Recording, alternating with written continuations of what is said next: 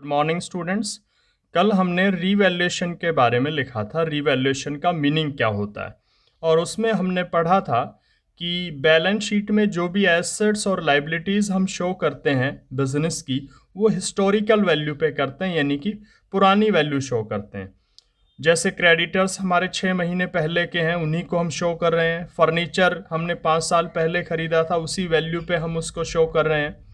लेकिन जब partnership firm का रिकॉन्स्टिट्यूशन होता है तो ओल्ड पार्टनरशिप का एंड हो जाता है और न्यू पार्टनरशिप स्टार्ट हो जाती है। तो नई पार्टनरशिप स्टार्ट हुई है तो एसेट्स और लाइबिलिटीज़ की वैल्यू भी आज की ही, यानी कि नई वैल्यू जिसको हम करंट या प्रेजेंट वैल्यू कहते हैं, उस पे शो करना जरूरी है।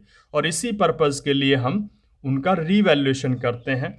और रीवैल्यूएशन से कितना प्रॉफिट या लॉस हुआ, उसके लिए हम एक सेपरेट अकाउंट बनाते हैं जिसका नाम है रीवैल्यूएशन अकाउंट। और ये नॉमिनल नेचर का अकाउंट होता है, तो इसलिए इस पर नॉमिनल अकाउंट का रूल काम करेगा। Debit all expenses and losses, credit all income and gains. ये चीज़ आपको याद रखनी है, ध्यान रखनी है, समझनी है।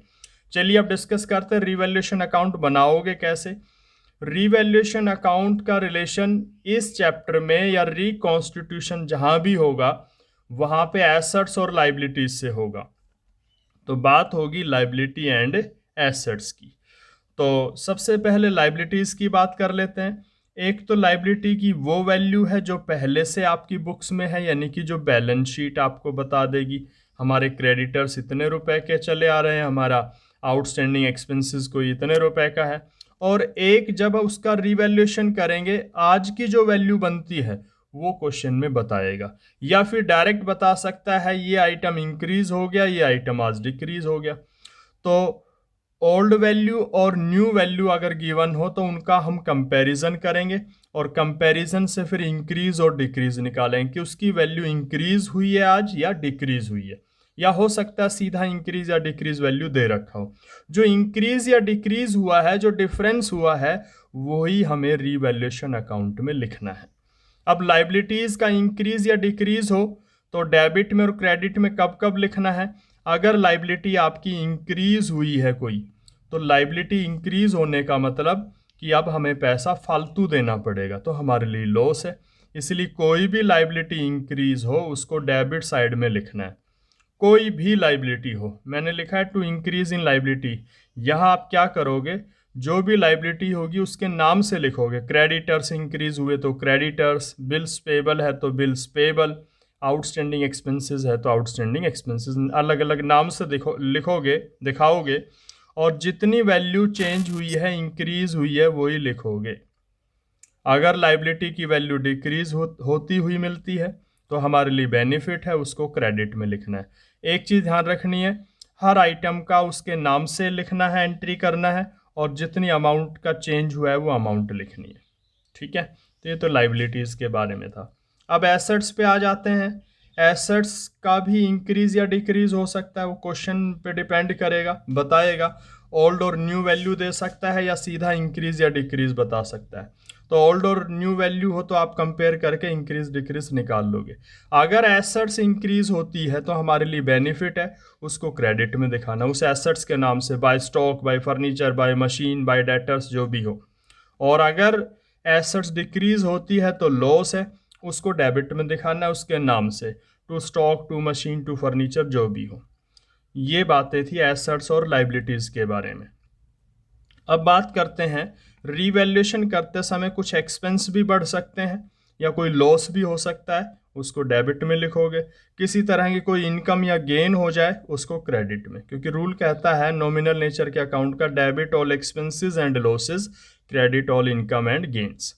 एक चीज़ और जो आपको नोट में याद रखनी है अच्छे से, अनरिकॉर्डेड। अनरिकॉर्डेड अनरिकॉर्डेड का मतलब क्या है, जो रिकॉर्ड में नहीं है।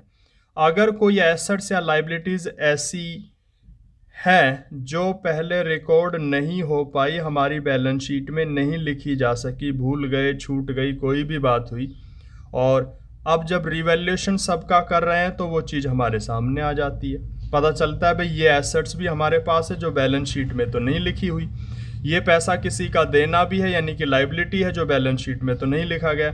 तो ऐसी एसेट्स या लाइबिलिटीज़ को अनरिकॉर्डेड कहते हैं। कोई भी अनरिकॉर्डेड एसेट्स या लाइबिलिटी आए, उसका मतलब क्या हुआ, पहले तो रिकॉर्ड में ही नहीं थी, ज़ीरो थी, अब हमारे सामने आई है तो वो बढ़ी है, यानी कि इंक्रीज़ हुई है।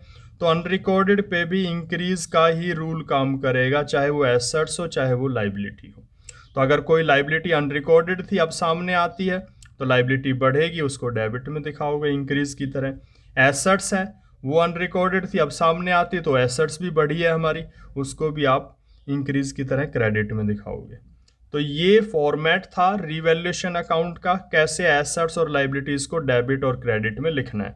अब बात करते हैं, इस अकाउंट को हम क्लोज कर देंगे। आखिर में एसेट्स और लाइबिलिटीज़ के बारे में जो भी जानकारी हो वो हम लिख देंगे, लेकिन उन्हीं एसेट्स और लाइबिलिटीज़ को लिखना है जिनका रिवैल्यूएशन के बारे में जानकारी आपको क्वेश्चन में दे। जिनके बारे में जानकारी नहीं है रिवैल्यूएशन की, उनको हम नहीं लिखेंगे।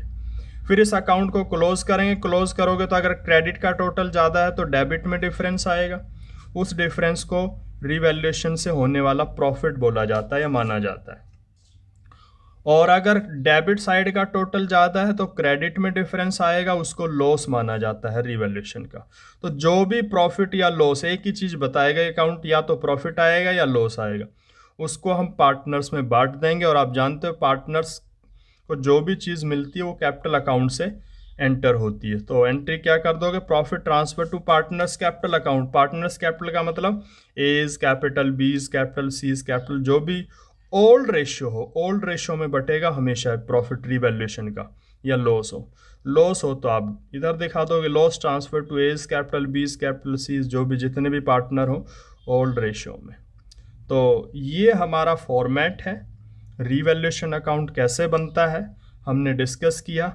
आप इसको समझोगे, याद करोगे, और कोई चीज़ समझ में नहीं आए तो मुझसे पूछोगे। इससे रिलेटेड जो क्वेश्चंस हैं वो हम कल समझेंगे।